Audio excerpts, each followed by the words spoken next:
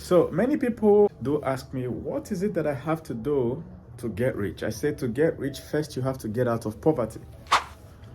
Getting out of poverty and being rich is not the same thing. Some people think that poverty are those people they see on the screens with flies all over their face, living in thatched roof houses, begging on the streets. No. These days, poor man, they wear suits. The poor person is that person that wakes up every morning, have to slave in traffic, get to work, enter train, enter bus, get to work, and work as hard as possible. And then get home every night tired. Do it every day for 30 days, and what they pay you is not enough. It's not enough for you to even do anything. It's not enough for you to start your own business, try out something new. It's not enough for you to even pay for your university degree. It's not enough for you to take care of any serious medical emergency. I saw somebody, he collapsed, all right? And they called ambulance for him. And they put him on this stretcher and was wheeling him into the ambulance. And he woke up and saw, geez, I'm inside an ambulance. He jumped out and ran away. Why is he running? The cost of ambulance services will clear his bank account. I don't even know the country, but it's a foreign country. So if you are in such a position where you know that the money you receive per month is not enough, you are broke. You don't need to look it. You are broke. You know the truth. You know what I'm telling you. By the time you pay your house rent for the month, pay electricity bill, pay this, you are broke. The only thing left for you is $80. It shock you. So first move of getting rich is get out of poverty. How do you get out of poverty? Target your single biggest expense and cut it. For 1 year, maximum 2 years. Cut your single biggest expense. And some of you, your biggest expense is your house rent. Think about it. I know some of these internet advisors will tell you, like Gary Vee. Gary Vee will criticize how much you spend on a cup of coffee. He will say that a Starbucks cup of coffee costs, is it $10? Why would you do it for $10 when you can do it at home for $2? If it's a simple expense like that, it doesn't matter if coffee keeps you grinding for the day, okay? The only thing you should be worried about is your health. There are minor expenses you do, you know? That's not where the devil is. The devil is in the details. When you come to the single biggest expense for the month. So if you tabulate how much you spend on things per month, find the one that takes the most, cut it. Nothing will happen. You will not die. For some of you, it's your house rent. They pay you £2,000 per month. And then at the end of the day, your house rent is taking £1,200. Now you're stuck with $800. It's like you're working to live, to work to live. You can't do anything. Like you're so tight. If somebody calls you from Africa to say, hey, auntie, do you have any money you can send me? You will just get angry. That anger is not your nature. It's the pressure the system is putting on you.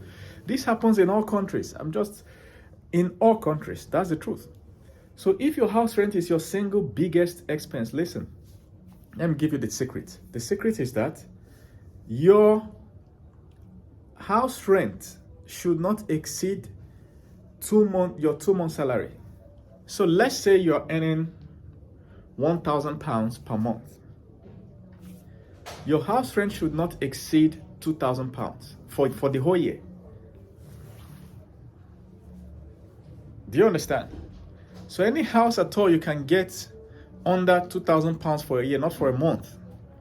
That's the perfect house rent for you. Now I can understand that in some situations, in some countries, some unique situations, it will be impossible to find such a house. Do you understand? But that tells you that you're working the wrong job. If you can't find such a house that after your salary for 2 months cannot get you that house for 1 year in that city, they are paying you too little at your job. You're not earning enough. Do you understand? It's a wake-up call to go and find where you can earn enough that your 2 month salary can sort out your house rent for a year. Because once it exceeds 2 months, you're just working to live. No matter how hard you work for the rest of the year, it's your landlord that is taking the money. You're not going anywhere. It's just like perambulating. Activity without progress. So if you are living in a house now that costs more than your 2 month salary, I want you to think about your life. Cut down. Nothing will happen. Houses are not as important as you think. Do you understand? Most of the things in your house, you don't use it at all. You barely ever use it. Think of your cushions, the cushions in your parlor. How many times do you get to sit on them? Very few. You don't need them. Like, I mean, like, if push comes to shove, like you want to cut down expense for 1 month, you don't need cushions. Everybody will sit on the bed. You know what I'm saying? For 1 year, nobody's gonna die. There is no scientific evidence that if you cut down on your house expenses, you sell off most of your house properties, that you're gonna die. There's nothing like that. Do you understand? Think of how much your curtains have cost you. The curtains in your house.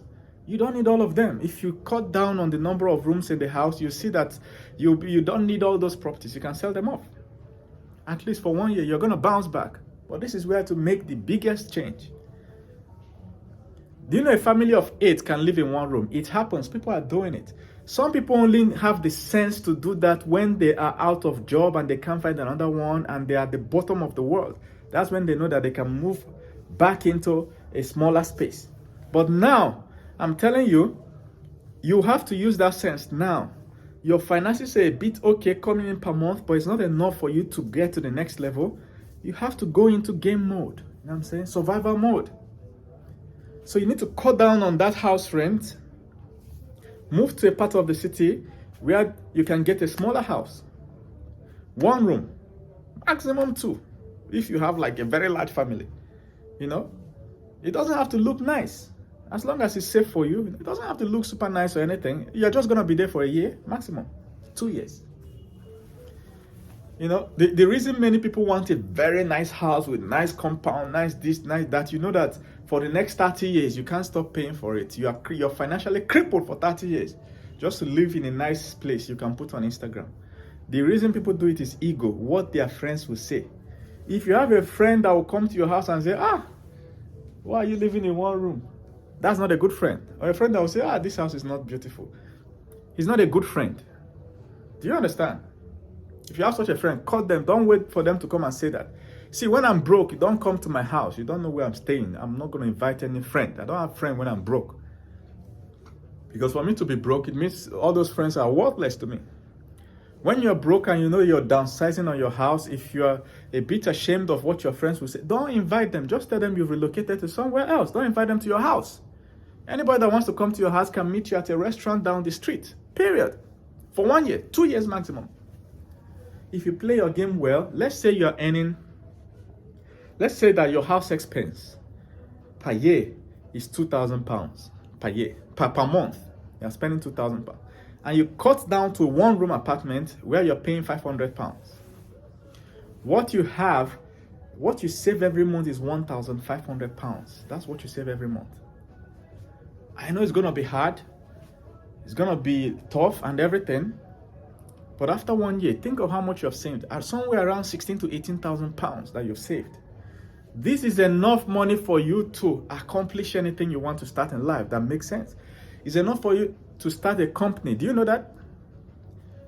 All these tech companies, software companies have been saying you should start. Don't you watch Shark Tank and all these dragons then? It's enough for you to start such a company.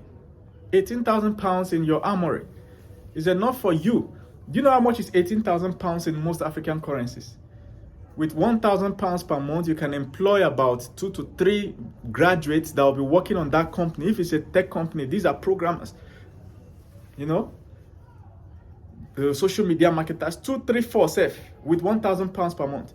Are you telling me that that company will not become something amazing in 1 year when you have spent 12,000 pounds? Maybe some other expenses, company registration and all.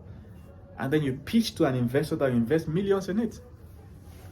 You can do this. The only thing is that you are not telling yourself the truth. You are living higher than your means. You are spending too much on rent, spending too much on that car. Do you really need it? The car you are paying off, what do you call it again? Do you need it? The car you are financing. Do you understand? If you have to finance anything, you are broke. You are too broke for it. It's not enough. You can't afford it. That's what it means. Tell yourself the truth. Cut down for a year or 2. If you are an adult, educated, and you are broke for more than 2 years, there's something wrong with you, not the system. Something is wrong with. There's something you're not doing well. If you can arrange your life properly and come up with a game plan, in a year or 2, you will see results. It is what it is. I'm gonna tell you the truth.